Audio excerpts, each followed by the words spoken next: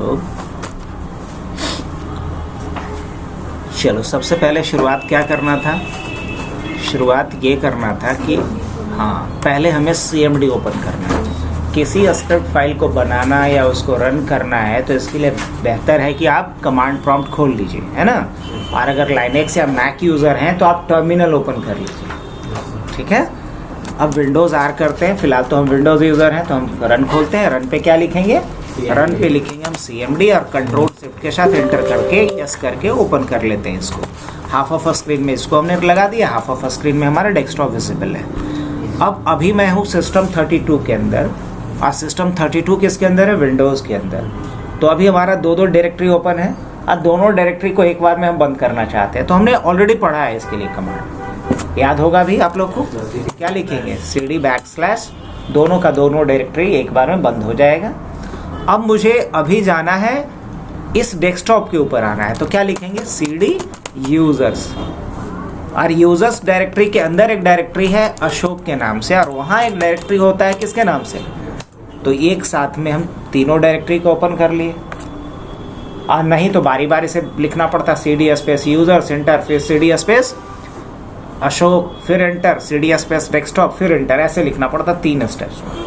ऐसे कितने स्टेप्स में हो गया, एक स्टेप में हो गया, है ना। अब मुझे क्या करना है, इसके बाद ये जो COCH वाली फाइल है मेरे को डिलीट करना है इसको, या इसी में एडिट कर देते हैं, दोनों में से कुछ भी। तो एडिट करना हो तो या बनाना हो, दोनों का एक ही प्रोसेस है, नोटपैड, और उसके बाद क्या लिखेंगे, COCH.bat। क्या लिखेंगे, COCH.bat। इतना लिख करके जैसे ही एंटर करेंगे तो ये फाइल ओपन हो जाएगा। अब इसमें मेरे को कोई कोड लिखना है, कोई बैच स्क्रिप्ट जब भी लिखो तो उसमें पहली लाइन में आपको क्या करना है, इंटरेक्टिव मोड को ऑफ कर देना होता है। क्या कर देना होता है, इंटरेक्टिव मोड को ऑफ कर देना होता है। ऐसा नहीं होता है कि कुछ लोग बोल रहे हैं कि मैं जब बोल रहा हूँ तो बीच में मत टोकना, मतलब इंटरेक्टिव मोड को वहाँ पे क्या कर रहे हो, ऑफ कर दे रहे हैं। तो इंटरेक्टिव मोड को ऑफ करने के लिए मुझे क्या लिखना होगा, echo।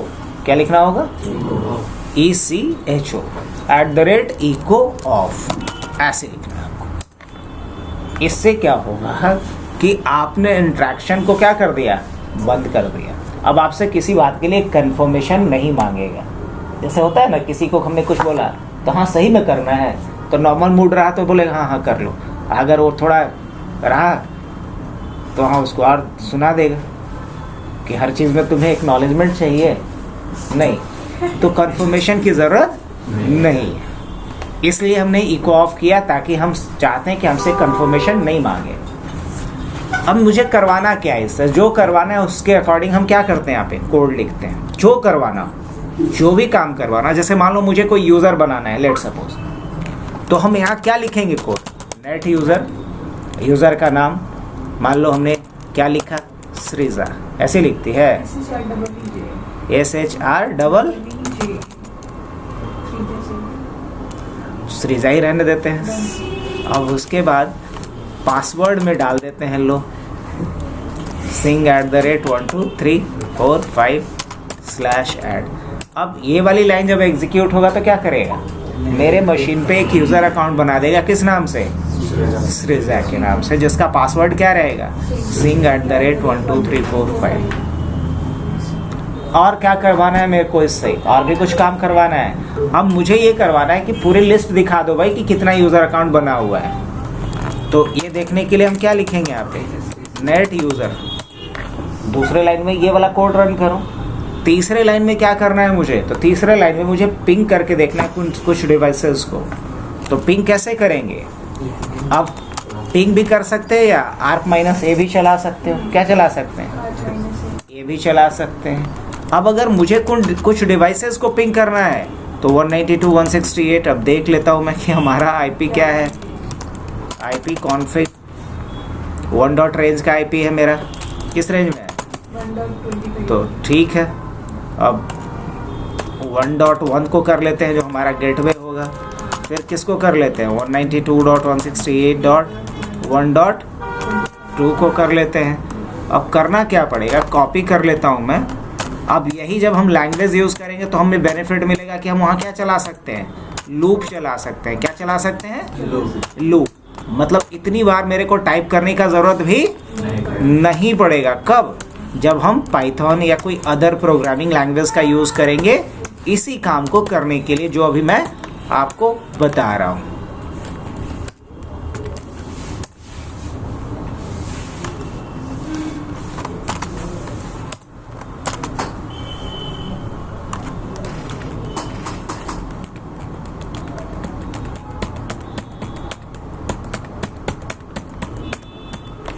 ये भी बड़ा स्मार्ट डिसीजन रहा है ना। अब जैसे कंट्रोल सी, कंट्रोल भी,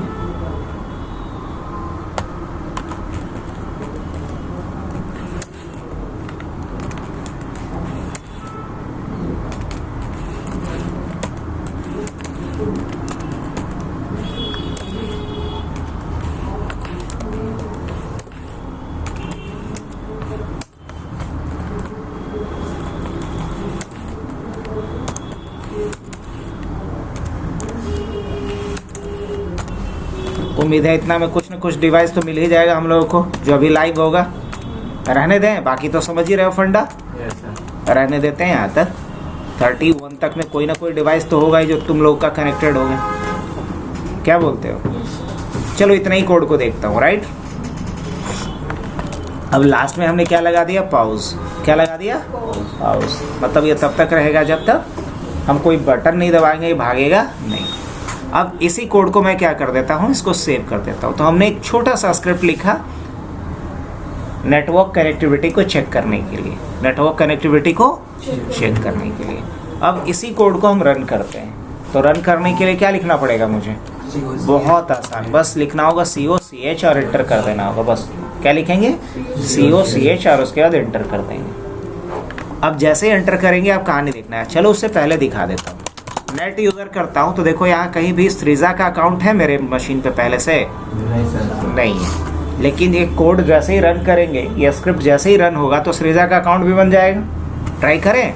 तो कोड को रन करने के लिए लिखना होगा COCH। और अगर वही तुम मैक या लाइनेक्स पे रहोगे तो तुमको लिखना पड़ेगा ./COCH.sh, क्योंकि लाइनेक्स पे और मैक पे जो बनता है वो उसका एक्सटेंशन क्या होता है? क्या बोले कि वहाँ शेल स्क्रिप्टिंग होता है। तो शेल स्क्रिप्टिंग जब करते हैं तो उसका एक्सटेंशन क्या रखा जाता है? ./. और लेकिन बैच स्क्रिप्टिंग करते हैं तो बैच स्क्रिप्ट का एक्सटेंशन क्या होता है? .bat। क्या होता है? तो यहाँ पे क्या लिखेंगे हम? COCH.bat। अब जैसे टैब करोगे तो खुद से आ जाएगा, नहीं भी तो एंटर कर दो इतना लिखकर। इवन कि तुम सिर्फ इतना भी लिखोगे समझ जाएगा। जैसे एंटर कर देंगे, रन कर गया। रन कर गया तो ये देखो वो अकाउंट भी बना दिया है सृजा के नाम से। आर वाला भी कमांड चला, पिंगिंग भी चेक हो रहा है। समझ में आ रही बात? 1.4 है कोई नहीं, 1.3 है उससे आ रहा है रिप्लाई, 1.2 से भी रिप्लाई आ रहा है। ये सब कनेक्टिविटी वगैरह भी चेक करके बता रहा है अपने को। 1.6 से भी रिप्लाई आ रहा है। अब बताओ मुझे कोड लिखना पड़ा इन सारे काम के लिए? नहीं, एक बार हमने लिखा, जब चाहो तब बस इतना काम कर सकते। तो ये तो कुछ नहीं है क्योंकि हमने नॉर्मल कोडिंग की है। अगर वही हम पाइथन में कोडिंग करेंगे तो इस काम को और ज़्यादा इफिशिएंटली और ज़्यादा फास्ट कर सकते हैं। तो बैच स्क्रिप्ट का एक और यूज़ बता देता हूँ अभी आप लोगों को। ये बात समझ में आया? अब मान लो एक बैच स्क्रिप्ट बना करके मैं चाह रहा हूँ कि किसी डेटा का बैकअप करता रहूं हर दिन एक खास टाइम पे। जैसे मैं चाहता हूं कि हर दिन 1:35 पे हमारे कुछ खास फाइल्स का बैकअप कुछ खास जगह पे अपने आप होता रहे। क्या ऐसा किया जा सकता है? किसका यूज़ करके? बैच स्क्रिप्ट का यूज़ करके। और ये सारे एग्जांपल्स किसके हैं? ऑटोमेशन के। किसके?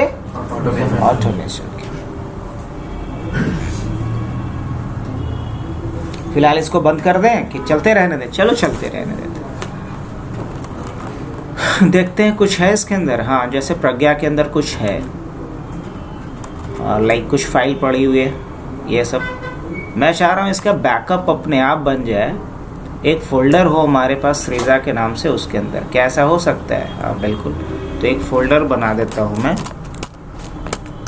सृजा के नाम से, और मैं चाह रहा हूँ कि प्रज्ञा के अंदर जो कुछ भी डेटा है वो कहाँ चला जाए? सृजा के अंदर बैकअप हो जाए। क्या ऐसा हो सकता है? हाँ बिल्कुल हो सकता है।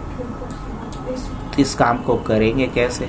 तो इस काम को करने के लिए हम फिर से एक CMD ओपन कर लेते हैं, प्रोसेस वही, और उसके बाद हम क्या करेंगे, इन दोनों को बंद करेंगे। CD बैकस्लैश से याद होगा ही, CD स्पेस क्या करेंगे, यूजर्स, यूजर्स में अशोक, अशोक के अंदर डेस्कटॉप आ गया।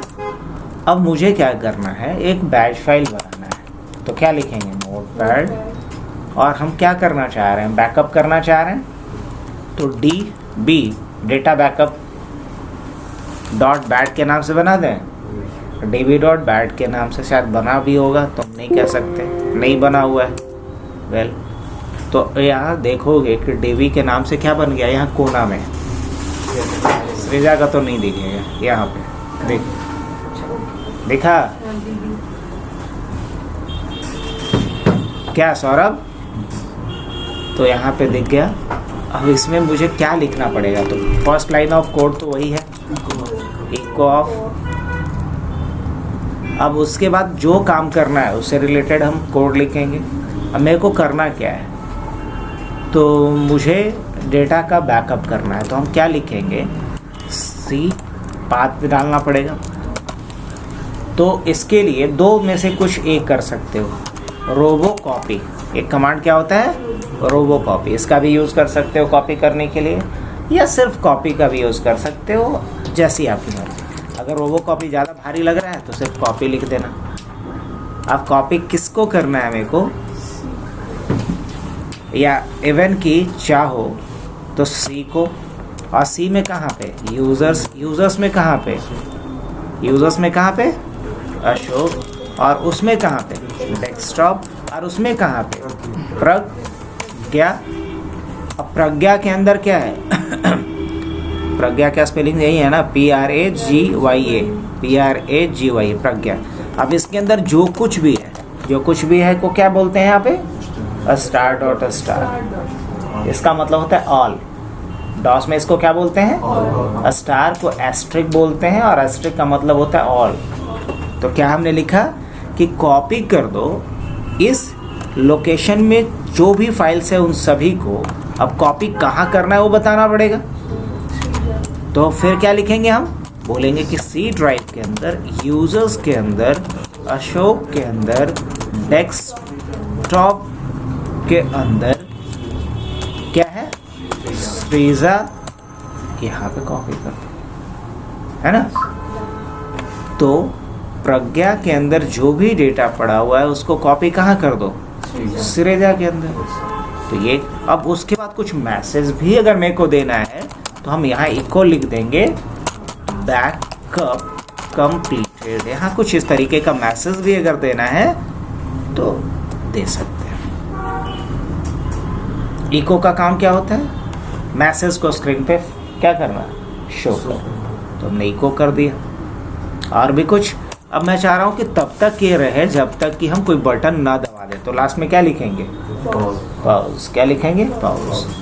अब उसके बाद मैं क्या करता हूँ, इसको सेव कर लेता हूँ। क्या कर लो, अब मुझे अभी सृजा को मैं ओपन करके रखा हूँ आधे स्क्रीन में, और यहाँ से देखो अभी तक सृजा क्या है, सृजा फोल्डर ब्लैंक है या इसके अंदर कुछ डेटा है जी, अभी तक ये ब्लैंक है, मतलब यहाँ कोई डेटा कॉपी होके नहीं आया है। अब ध्यान से देखिएगा, जैसे ही हम कोड रन करेंगे, कौन वाला कोड, वो जो भी हम db.bat बनाए हैं, जैसे ही उसको हम रन करेंगे तो यहाँ बैकअप हो जाएगा। हाँ बिल्कुल हो जाएगा। तो उसको रन करने के लिए क्या लिखना पड़ेगा मेरे को, सिर्फ db, बैच फाइल का नाम लिखना होगा, एक्सटेंशन भी लिखने की ज़रूरत नहीं है। तो db लिख के जैसे एंटर मारेंगे, कुछ समझ में आया, वहाँ से सारा डेटा कॉपी होकर यहाँ चला आया। और मजे की बात यह है कि यहाँ पे क्या दिखा रहा है, बैकअप कंप्लीटेड, ये भी दिखा रहा है बैकअप कंप्लीटेड, साथ में ये भी दिखा रहा है प्रेस एनी की टू कंटिन्यू, दिखा रहा है कि नहीं दिखा रहा है। ये भागा नहीं है, ये रुका हुआ है। अब जैसे एंटर करेंगे तब ये भागेगा, है ना। ये हमने क्या करके देखा, बस अभी चेक किया हूँ, लेकिन मैं चाह रहा हूँ कि अभी नहीं होना चाहिए ये काम। ये कब होना चाहिए, ये काम होना चाहिए बाद में। तो अभी फ़िलहाल यहाँ से मैं क्या कर लेता हूँ, तो बोलो कि अभी इसको रन क्यों किया हमने, पता है कौन जवाब देगा। इसको मैं रन इसलिए किया ताकि चेक करूँ कि मेरा स्क्रिप्ट, मेरा कोड काम कर रहा है कि नहीं कर रहा है। तो हम पहले स्टेप में क्या किए, हम राइट कोड, हमने कोड को लिखा। दूसरे स्टेप में हम क्या करेंगे,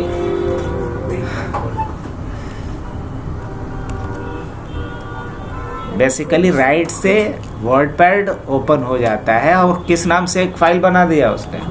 तो पहला काम हमारा क्या था, कोड लिखना। दूसरा काम क्या है, दूसरा काम है मुझे ऑटोमेट करना। क्या करना, ऑटोमेट करना, शेड्यूल द कोड। कोड को मुझे शेड्यूल करना पड़ेगा कि कोड कब रन होना चाहिए, जो अभी किए हैं हम लोग ना। तो शेड्यूल कैसे करेंगे ज़रा वो देख लेते हैं। शेड्यूल करने के लिए अपने कोड को हम क्या बताए थे कि इस काम को करने का हमारे पास क्या क्या तरीका है। हाँ, पहला तरीका अगर मैं बात करूं कि मुझे किसी काम को क्या करना है, शेड्यूल करना है, कहाँ भाग रहा है नोटपैड। और अगर मुझे क्या करना है, शेड्यूल अ टास्क। तो एक टास्क को जब शेड्यूल करना है तो हम विंडोज़ में क्या यूज़ करेंगे, विंडोज़ में क्या यूज़ करेंगे, तो विंडोज़ में हम यूज़ करते हैं टास्क शेड्यूलर का। और अगर वही हम बात करेंगे किसका, तो लाइनेक्स में हम इसके लिए क्या यूज़ करते हैं, क्रॉन टैब। किसका यूज़ करेंगे, क्रॉन टैब का। और अगर वही हम बात करें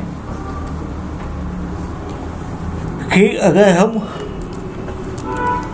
ओपन स्टैंडर्ड की बात करें, ओपन स्टैंडर्ड की बात करें, तो इसके लिए हम क्या यूज़ करेंगे, एनसिबल। क्या यूज़ कर सकते हैं, या क्या यूज़ कर सकते हैं, पाइथन। क्या यूज़ कर सकते हैं, पाइथन। तो अभी तो हम ये दोनों पढ़े नहीं हैं, ये भी नहीं अभी पढ़े हैं, लेकिन विंडोज़ पे तो काम कर रहे हैं बचपन से। तो हम अभी टास्क शेड्यूलर का यूज़ करके पहले कर लेते हैं। कैसे करेंगे, शुरू करें। तो कितने ऑप्शंस हो पहले हम समझा दिए, कम से कम आइडिया होना चाहिए कि कितने विकल्प हैं आपके पास। बढ़े आगे। तो अभी क्या यूज़ करने जा रहे हैं हम, टास्क शेड्यूलर का यूज़ करने जा रहे हैं। अब टास्क शेड्यूलर का यूज़ करने के लिए पहला स्टेप क्या है, राइट योर कोड, है ना। पहला काम क्या करेंगे, राइट योर कोड। ये पहला स्टेप हुआ। दूसरा स्टेप क्या, तो हम क्या बोलेंगे, शेड्यूल योर कोड। आप अपने कोड को क्या करो, शेड्यूल करो। तो अभी वही बचा हुआ हम लोगों का, चलिए देख लेते हैं ना। तो शेड्यूल करने के लिए हम जाएंगे कहाँ पे, टास्क मैनेजर में। क्या ओपन करेंगे, टास्क शेड्यूलर का, नॉट मैनेजर, टास्क। और इसको क्या ओपन करेंगे, रन एज एडमिनिस्ट्रेटर। तो क्या ओपन हो गया, टास्क शेड्यूलर ओपन हो गया। अब जब टास्क शेड्यूलर ओपन हो गया, इसमें हम कहाँ चलेंगे, क्रिएट बेसिक टास्क। हाँ, यहाँ से जा सकते हो क्रिएट बेसिक टास्क। क्या कर सकते हैं, या क्रिएट टास्क भी कर सकते हैं, या क्रिएट बेसिक टास्क कर सकते हैं। हो गया। तो आप लोग भी क्या करना, क्रिएट बेसिक टास्क करना। यहाँ टास्क का नाम डाल देते हैं। तो टास्क का नाम क्या डाल देते हैं, माई टास्क। नेक्स्ट करते हैं। अब ये टास्क कब होना चाहिए, डेली की, वीकली की, मंथली, ये डेली होना चाहिए। बैकअप वाला काम कब होना चाहिए, डेली। अब उसके बाद क्या लेते हैं हम, नेक्स्ट।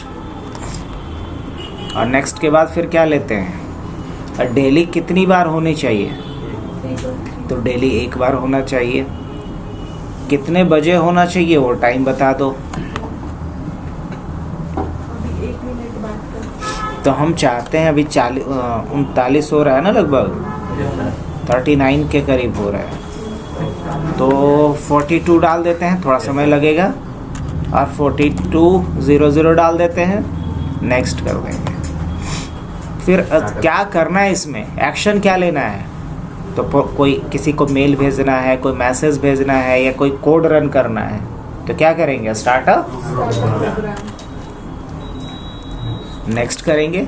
अब यहाँ प्रोग्राम या स्क्रिप्ट है लिखा हुआ ऊपर देखो, तो उसको सेलेक्ट करेंगे। तो कहाँ रखा हुआ है मेरा, किस नाम से रखा हुआ है, क्या सेलेक्ट हो गया, SD ना, अच्छा DB के नाम से, db.bat, और क्या कर देंगे इसको ओपन, और फिर क्या कर देंगे नेक्स्ट, क्या कर देंगे इसमें नेक्स्ट, और फिर क्या कर देंगे फिनिश। अब जैसे ही ये फिनिश हो गया तो एक काम और करना है इसके बाद,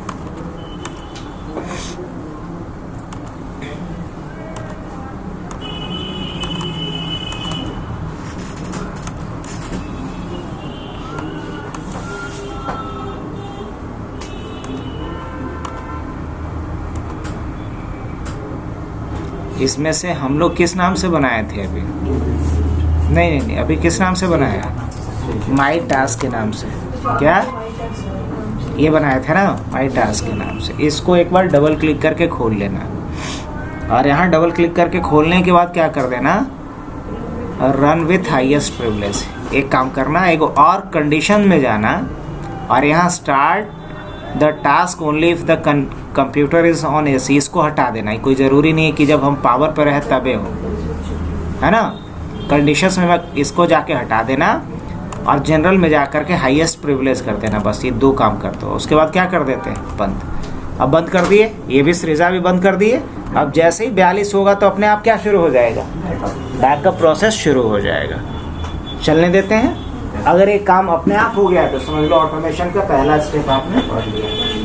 अब यही चीज़ आगे भी करेंगे दूसरे तरह के काम को करने के लिए।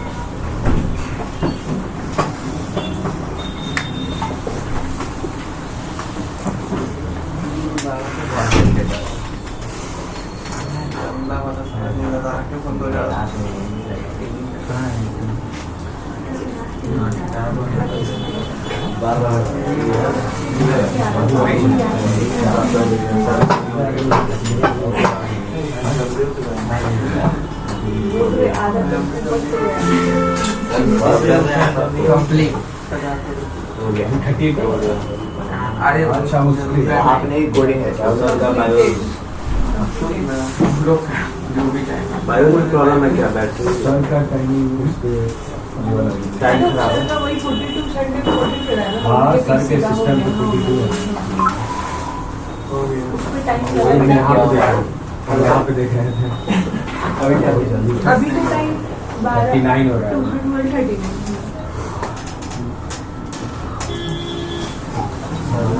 प्रेस हनी